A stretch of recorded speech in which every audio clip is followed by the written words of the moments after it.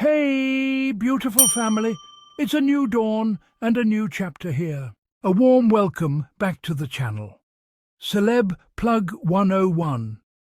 Today's royal story is equal parts awkward, strategic, and, well, a little bit hilarious. Because after weeks of silence, King Charles and Prince William, or as the internet lovingly calls him, Scooter King, finally made a joint appearance. And let's just say it looked less like a powerful father and son moment and more like take your dumb son to work day. So what's really going on behind the palace PR push? Let's break down the optics, the scheduling games, and why the royals seem to get suddenly busy every time Harry and Meghan step into the spotlight. I'm really excited about this tea because it's sweet and mouth-watering. So let's just dive in for this juicy episode that I have sampled for you. Over the past month, Buckingham Palace and Kensington Palace have been working overtime to convince everyone that King Charles and his heir are tight. We've seen stories about how they're in sync, united and closer than ever. There were even reports of both men being in Scotland at the same time, but here's the catch: they weren't together. While Charles was quietly resting at Birkhall, Prince William was off on a hunting trip. So much for father-son bonding in the Highlands, right? That's why this latest public appearance felt inevitable. The royals needed a photo op to show that the monarch and his heir are still on speaking terms. And boy, did it look forced.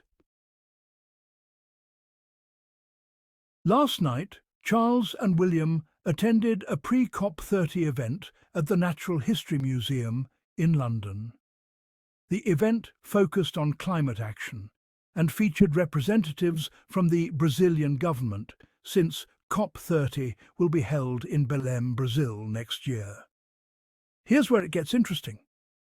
The father and son even arrived in the same car, a detail the palace clearly wanted the press to notice. Cameras captured Charles exiting the car first, regal, deliberate, followed by William, who trailed behind, trying to look important. And, well, failing. To be honest, Charles didn't look great. Reports say he appeared exhausted, pale, and far from the picture of health. So much for that restful summer break narrative. And to make things even more awkward, neither of their wives showed up. That's right. Both Camilla and Kate were no-shows. Kate reportedly begged off, with excuses ranging from private scheduling conflicts to what one insider jokingly called something about a gopher and her wig room. Meanwhile, Camilla was likely keeping herself entertained elsewhere, perhaps, as some witty commentators put it, at the bottom of a gin bottle.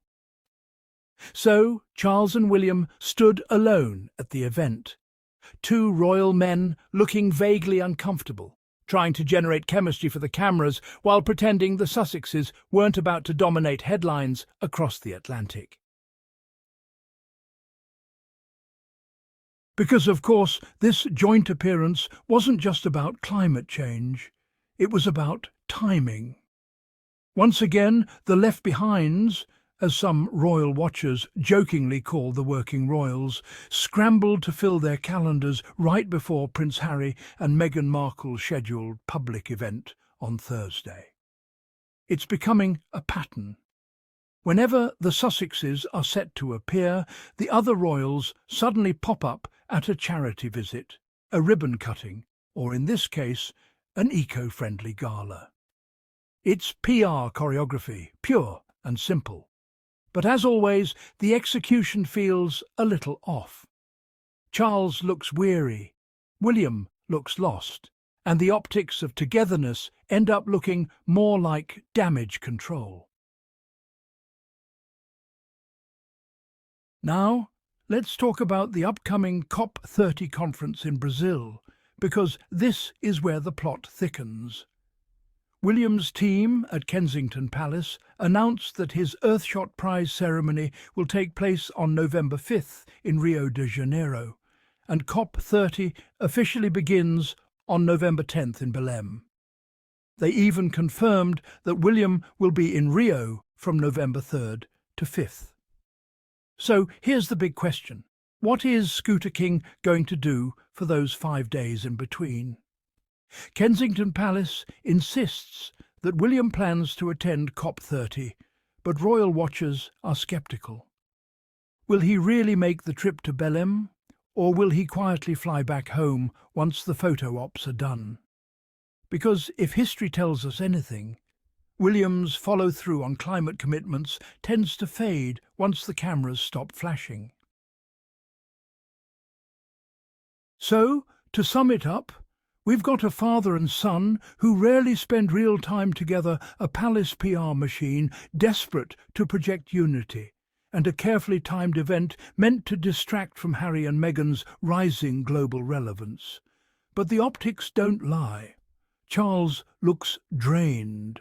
William looks directionless, and the monarchy's attempts to appear modern and cohesive continue to feel like old-fashioned spin. And as for that joint appearance, let's just say it did little to convince anyone that the royal succession is smooth sailing. So there you have it, squaddies, and it's a wrap. Thanks for tuning in. If you found this breakdown insightful, don't forget to like, share and subscribe to this channel. And tell me in the comment section, do you think this father-son outing was genuine or just another palace PR play? Because in the royal world, timing is everything, and the Sussexes effect is still very, very real. Until next time, take good care of your beautiful selves and stay safe, squaddies.